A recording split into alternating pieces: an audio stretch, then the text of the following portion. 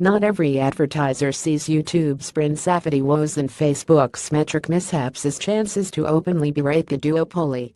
Oil giant Shell is doing the opposite, taking a pragmatic, and sometimes sympathetic, view of both companies' quandaries. Between developing a clear strategy for YouTube and running more ads on Facebook, Shell has pinned its colors to the duopoly flag for the foreseeable future.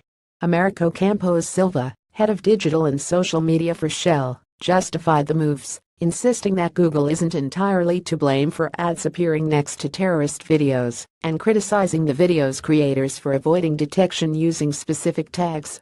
Campos Silva also downplayed reports that Facebook falsified the size of its audience and insisted that Shell doesn't use reach as the main proxy for the success of its ads.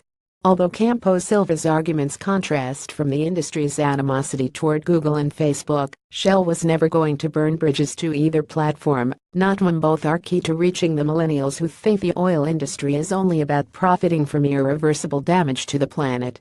After all, a marketer can only go to so many places to reach those who aren't watching TV. YouTube is that place, according to Campos Silva, who is leading a review of how his 40-strong team of marketers build its channel's subscribers.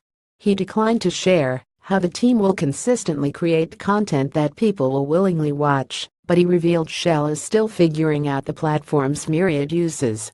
We need to understand exactly what we want to get from YouTube, instead of looking at it as just a warehouse of multiple videos that we upload videos to, or as a place to put some ad budget into it in order to generate views, Campos Silva said. We have some very good benchmarks on other brands that have produced content for YouTube alongside some influencers that have produced great work. From positioning YouTube as the heartbeat of Shell's content strategy to making content with professional vloggers, Shell will need to consider the risks and rewards these moves pose to its brand before starting to rebuild its strategy. Interestingly, advertising on YouTube is conspicuously absent from YouTube's renewed focus on the platform, particularly given Campos Silva's insistence that it has the largest audience for online video. I think YouTube's importance to Shell is growing significantly because there is a growing trend of people watching YouTube on the TV in the living room, he said. Campos Silva said Shell won't stop spending on Facebook despite its data conflicting with U.S. Census statistics. Earlier this month, Pivotal Research Group senior analyst Brian Weiser highlighted discrepancies between U.S. Census data and the potential reach the social network promises advertisers. But having previously headed up Shell's media buying, Campos Silva deems it okay that Facebook's reach may not be accurate, as long as the same measurement is used each time. Reach becomes a barometer, rather than an exact science.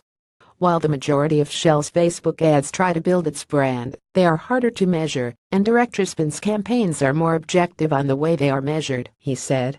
Campos Silva said what ultimately matters to him is the impact of campaigns, rather than their reach.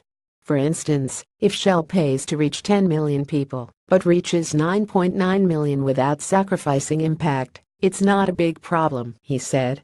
The issues over Facebook's reach, and whether or not it is as big as they say, will not stop us investing in the channel. No brand view on the duopoly is irrelevant, but the loudest ones appear to be from legacy industries that are being disrupted the most.